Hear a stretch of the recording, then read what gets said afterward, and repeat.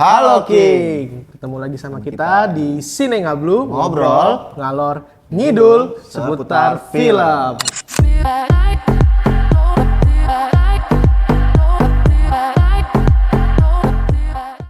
Nah, di video kali ini kita mau yeping apa nih? Seputar film apa? Di video kali ini kita mau membahas tentang film yang sebentar lagi mau keluar nih di tanggal 28 Agustus 2025 ini. Apa tuh?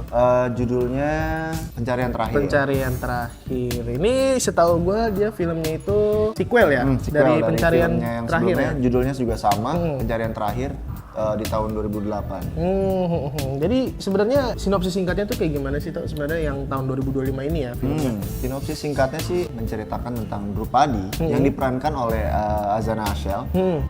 Ia ditinggal sama ibunya, lalu ibunya menghilang secara misterius di Gunung Sarangan. Oh gitu, berarti ini juga kan tadi gue bilang sequel ya? Kita Iya. bilang kan sequel, berarti misteri kenapa ibunya bisa hilang di film ini tuh juga diceritain di film sebelumnya. Sebenarnya di film sebelumnya tuh yang hilang itu bapaknya Tito Oh gitu, sama oke.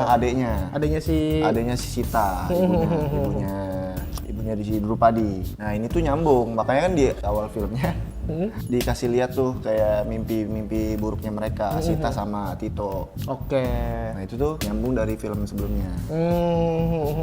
Berarti memang Pencarian Terakhir yang 2025 ini dia tuh lebih ngisahin tentang si Drupadinya ini yang datang ke Gunung Sarangan buat mencari misteri kehilangan hilangnya ibunya ya gitu. Oke. Daripada kita penasaran kayak gimana filmnya, buat kalian mending kita tonton trailernya ini bareng-bareng sama-sama. Sejak kita keluar dari dunia lain di Gunung Sarangan waktu itu, aku juga sering bermimpi. Ada seorang kakek datang dan mengambil kamu. Tapi kali ini anak kita, Drupadi. Anak maneh atau maneh, numi lunjeng urang. Besok tuh mau hotelan bareng teman-teman. Kemana? Sentul atau Hambalang. Sentul atau Hambalang? Tektok, malam udah di rumah. Tadi yang telepon siapa, Tok? Jagawana, Gunung Serangan. Pencarian terakhir itu untuk diri saya, Kang. Saya tahu kalian sudah kehilangan 2 orang terdekat kalian. Tapi penting untuk saya dan tim bertindak sesuai SOP. Waktu aku bilang kalau kita ditawarin makan atau minum di gunung, jangan diambil. Enak.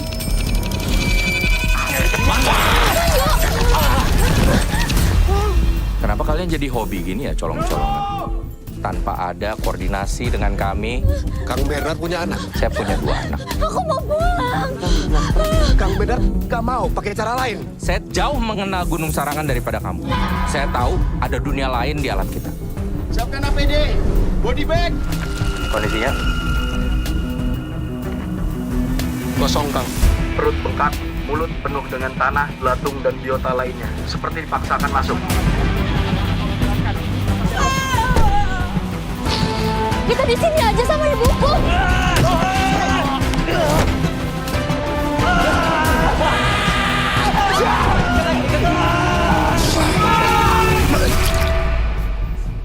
Malam ini kita ngalamin hal aneh, Pak. Apa itu? Di dusun, Durbakan disuapin sama ibunya. Katanya, ibunya lagi ngerayain ulang tahun dulu. Anu dahar bakal didahar jiwa.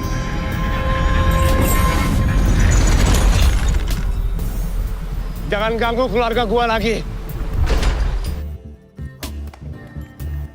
Itu dia adalah trailernya ya. Trailer dari Pencarian Pencarian Terakhir. Terakhir. Tapi sebenarnya kita udah nonton.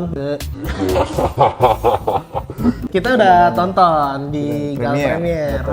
Tanggal berapa kemarin? Berapa hari apa ya? Ya pokoknya kemarin lupa lah. lah, Lupa. Iya lupa. Pokoknya sekitar Sabtu atau Jumat kemarin gitu ya. Minggu lalu. Jadi kalau dari lu sendiri, menurut lu filmnya gimana nih? Tapi ini sebelumnya mungkin kalau misalkan ada spoiler dikit, maaf kan udah nonton. Tapi menurut lu gimana? Waktu ketika kita nonton gala premiernya Pencarian Terakhir, menurut lu filmnya tuh kayak gimana sih? Film Pencarian Terakhir ini sih menurut gua cara cerita sih bagus sih. Tapi kalau ngomongin horor ya mungkin film ini beda. Bedanya gimana tuh? Beda dari film horor lain tuh. Kalau film horor lain kan rata-rata ya biasanya kan pasti yang dijual kalau dari film horor apa sih? Pasti kan kayak jump scare lah. Ya, ibaratnya kan. benar-benar.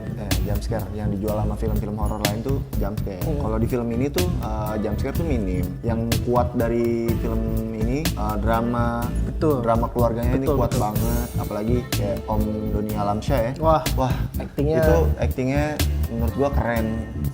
Keren mampus lah ya. Beliau bener-bener kayak tersampaikan lah, kayak si karakter si Tito ini tuh tersampaikan gitu, kayak karakter yang bokap yang strict sama anaknya tuh karena nggak mau kehilangan anaknya. Terus drama-drama keluarganya tuh, si frustasinya Om Doni Alamsyah sebagai Tito juga berhasil banget digambarkan. Iya, yang scene awal tuh yang kayak ambil gua anjing. Iya, itu keren banget pokoknya. Jadi memang pemilihan karakter Mas Doni Alamsyah ya, Om Doni Alamsyah ini memang udah tepat banget lah. Nah, sebelumnya ini karakter Tito ini dimainin sama Lukman Sardi. Oh, Lukman Sardi, Om Lukman ya. Oke. Tapi justru meskipun diganti karakternya juga sama-sama punya ciri khas ya, tetap tokoh dari karakter Om Tito ini dia tetap tersampaikan gitu, yang menjadi seorang single parent yang dia kehilangan istrinya. Jadi sikap strict parents-nya dia itu keluar karena bentuk traumanya dia. Iya, trauma kehilangan si istrinya. Benar.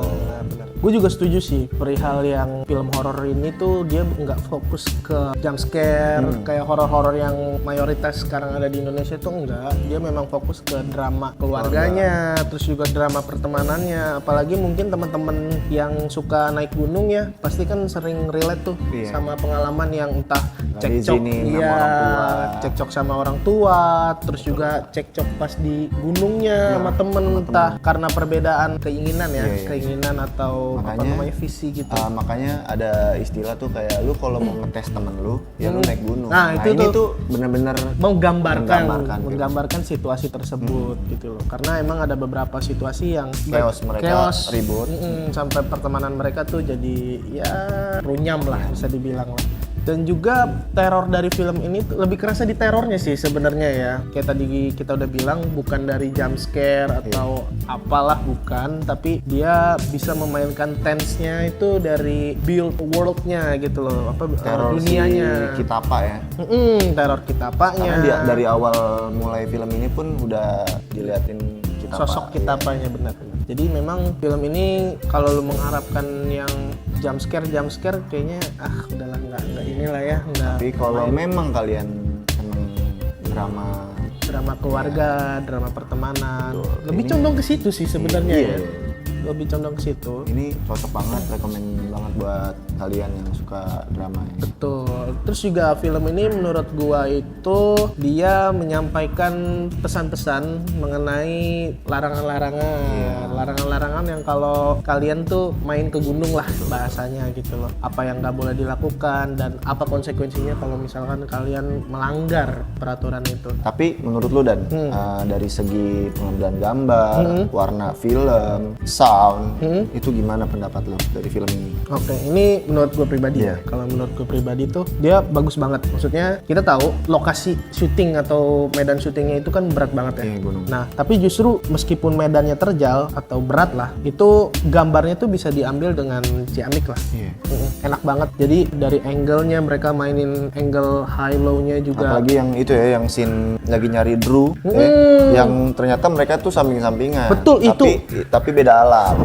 Itu keren. Itu cerdas banget anjir sumpah dah. Jadi kayak ada satu scene, ini spoiler alert ya. Ada satu scene di mana ketika Om Tito bersama kawan-kawannya itu mereka memutuskan untuk mencari nekat buat mencari Drew dan kawan-kawannya karena mereka tidak menemukan jawaban dari Basarnas. Betul. Dan ketika mereka melakukan pencarian sendiri itu, ternyata Drew itu udah memang tersesat di alam gaib. Tapi justru digambarnya tuh bener-bener anjir gitu. Ini simple sebenarnya, tapi bisa ya digambarkan kayak gini loh. Kayak nggak kepikiran aja. Kadang memang hal yang simple itu bikin orang kelewat lah.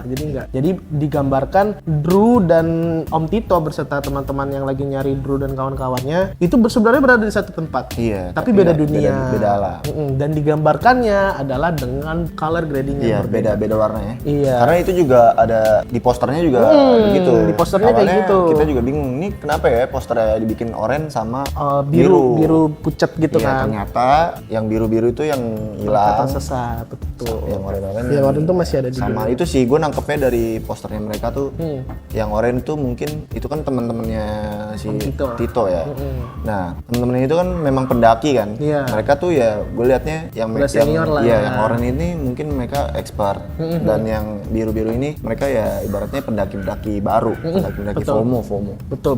Ini memang permainan warnanya tuh benar-benar intens banget lah. Iya. Jadi kalau kalian perhatiin itu bisa langsung ketara nih. Kalau misalkan lagi ngambil shot atau scene yang dimana ketika lagi beda alam, warnanya tuh akan berubah banget. Jadi memang apa ya? Jujur ya, kalau dari mata gua ketika lagi scene nunjukin teman-temannya Drew dan Drew-nya juga, itu gua agak gak nyaman sebenarnya. Kayak pucat, dingin, hampa gitu loh. Mungkin kosong gitu. Mungkin itu yang berusaha disampaikan gitu loh dari permainan warnanya ini. Namun ketika diambil dari sudut pandang Om Tito, teman-teman dari Basarnas, itu warnanya udah enak lagi. Memang permainan color grading di sini sangat krusial gitu loh, dan pesannya nyampe akhirnya gitu.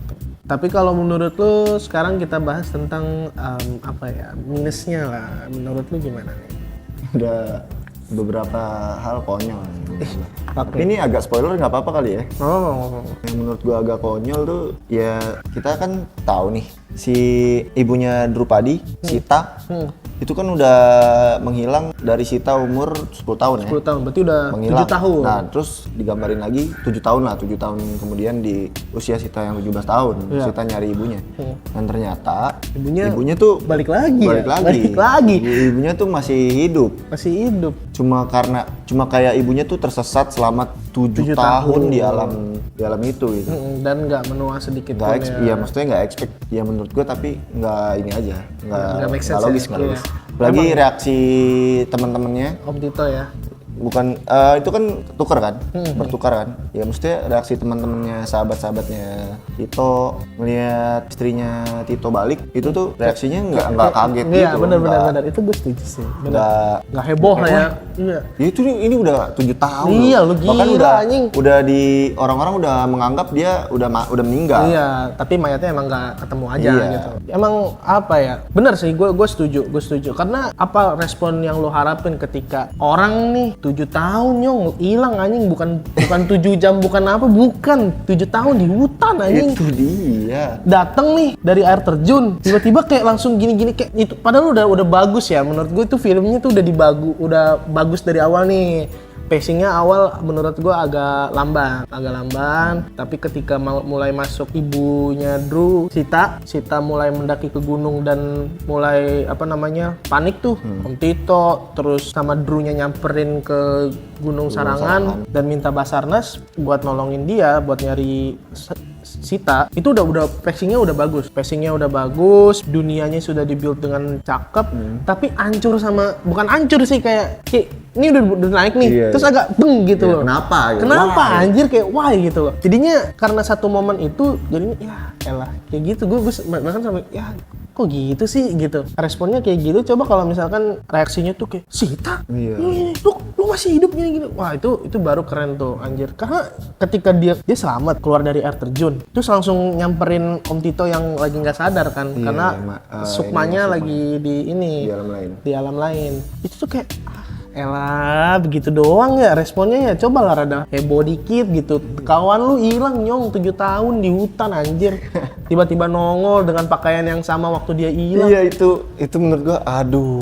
Nggak logis gitu loh, nggak make sense gitu. Itu salah satu minusnya, minus yang paling kelihatan sih. Iya, mungkin kita tahu juga kan, katanya memang berjalannya waktu di alam sana sama di alam sini tuh mungkin memang beda.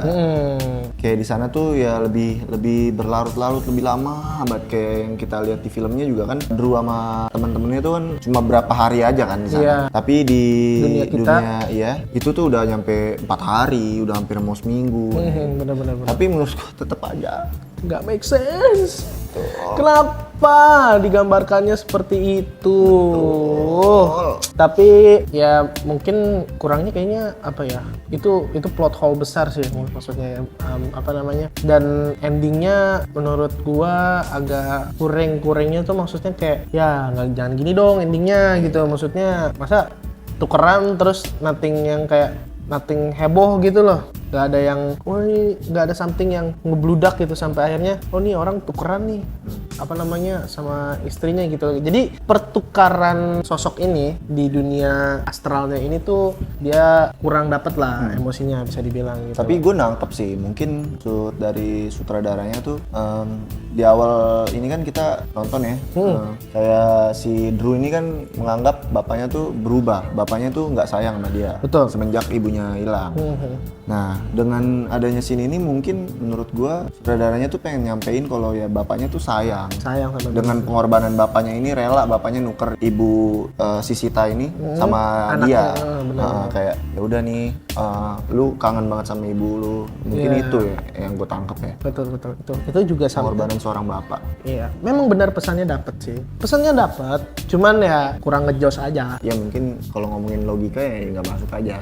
Cuman Karena ya mungkin ya tapi ini film sih. enggak sih Nyong, bener sih. Maksud gua ya memang namanya film, tapi kan maksudnya tetap harus didukung dengan logika ya. Ini masalahnya ini logika, ya anjir ini tuh logika basic, Cok. Maksudnya lu orang ngilang 7 tahun nih di hutan, reaksinya cuman begitu doang, kayak anjir gitu. Kenapa ini, sorry ya kalau misalkan agak overreacted ya, tapi menurut kita emang penghancur filmnya agak turun gitu ya menurut kita, penilaiannya itu karena dari itu gitu loh. Itu major plot hole-nya menurut kita di situ gitu loh. Tapi so far kalau dari sudut pandang yang lain ya, kayak pengambilan gambar, audio, penulisan ceritanya juga udah mantap banget gitu loh. Cuman ya namanya film kan pasti ada plot hole-nya. Cuman ini gede banget anjir itu loh. Terus juga film ini tuh yang gua salut itu adalah dia mainin pengambilan gambar point of view. Kalau gue pribadi, gue suka banget sama pengambilan tipe shot, point of view. Gue suka banget karena memang kalau gue tuh demen film-film yang kalau horor mockumentary. Jadi dia film horor fiksi tapi dikemas ala-ala dokumenter. Itu gue suka banget. Jadi biasanya film-film horor yang ngambil sudut pandang point of view itu dia ngambilnya pakai kamera sinema anjir, yang kamera bagus. Jadi hasilnya kayak kebagusan gitu loh buat diambil dari sudut pandang properti kayak handphone atau dari GoPro. Tapi ini kalau yang gue lihat dia ngerekam Dari GoPro ya? Dari GoPro beneran. Jadi agak-agak burik gitu. Tapi justru itu yang dapat kesan feel-nya gitu loh. Sudut pandang, oh nih kita bener-bener dibawa sudut pandang si pendakinya, si karakternya ini gitu. So menurut lu kira-kira secara keseluruhan nilainya berapa? Kalau disuruh ngasih nilai gini nih gue bingung sebetulnya. Karena ya mungkin gue bisa ngasih 8 lah, 8/10 lah. 8 ya, 8. Kalau gua berani, gue sih bisa bilang ya 8 juga lah sama. Harusnya bisa 9. Cuman itu yang tadi yang kita udah omongin gitu loh. So, is it recommended? Yes, it is. It is recommended for you guys. Tapi di film ini juga pesan secara nggak langsung, film ini tuh mau ngasih pesan tuh kayak kalau misalkan kalian izin sama orang tua, Jangan bohong. iya jangan bohong. Jangan ngibul. Iya betul. Kalian Kasian. harus izin jujur gitu. Jujur, apalagi berkaitan dengan naik gunung. Aduh, Jangan nyari perkara ngebohongin orang lebih tua. baik izin jujur kalian mau kemana. Nah ini nih yang gue dapat dari film ini. Betul. Terus sama apa ya? Film ini yang berat dalam hidup ini tuh mengikhlaskan dan merelakan. Anjir, yang itu dalam banget, Cok, beneran. Karena memang karakter Om Tito tuh juga menggambarkan rasa dukanya yang berlarut-larut. 7 tahun, Cok, kehilangan istrinya yang maksudnya kalau ketemu mayatnya mah mohon maaf ya. Maksudnya kalau misalkan ketemu mayatnya maksudnya kita masih bisa lihat nih buat terakhir kalinya lah gitu. Tapi ini hilang, nggak ada raganya, nggak ketemu, tanpa kabar. Jadi itu yang menyakitkan gitu loh. Karena kita nggak ngelihat jasadnya, jadinya tuh ada harapan kecil di hati kita kayak ini masih ada nih, bini gue masih ada. Tapi somewhere di tempat yang kita nggak bisa jangkau dengan logika manusia gitu loh. Jadi itu memang yang paling disorot di film ini ya. Drama keluarga, drama pertemanan juga, terus drama naik-naik gunung itu juga. Terus juga buat dari film ini tuh juga menyampaikan ya kalau ada larangan dari warga sekitar, dari tempat gunung yang lu tuju, yang ditaatin lah gitu loh. Di mana langit dipijak, di situ langit dijunjung gitu loh. Di mana bumi dipijak. Oh iya di mana? di mana bumi dipijak, di situ langit junjung gitu. Jadi tetap taati peraturan buat teman-teman yang pengen naik gunung gitu loh. Tetap jaga etika, jaga sopan santun, dan yang paling utama tadi izin. Jangan missing, jangan bohong. Betul. Tiba-tiba naik gunung orang tua lo nggak tahu kan repot gitu. Merepotkan orang-orang. Iya, tahu-tahu 7 tahun hilang nongol lagi. So, itu recapping kita kali ini ya mengenai pencarian terakhir. Kalau kalian mau nonton, filmnya bakal rilis di tanggal 28 Agustus di seluruh bioskop di Indonesia. So, mungkin segitu dulu ya video kali ini. Jangan lupa like, comment, dan subscribe. Dan kalau kalian punya rekomendasi film ya, apa yang mau dibahas nanti, silakan tulis di kolom komentar. So, sampai ketemu lagi di Sini Ngablung, ngobrol ngalor ngidul seputar film.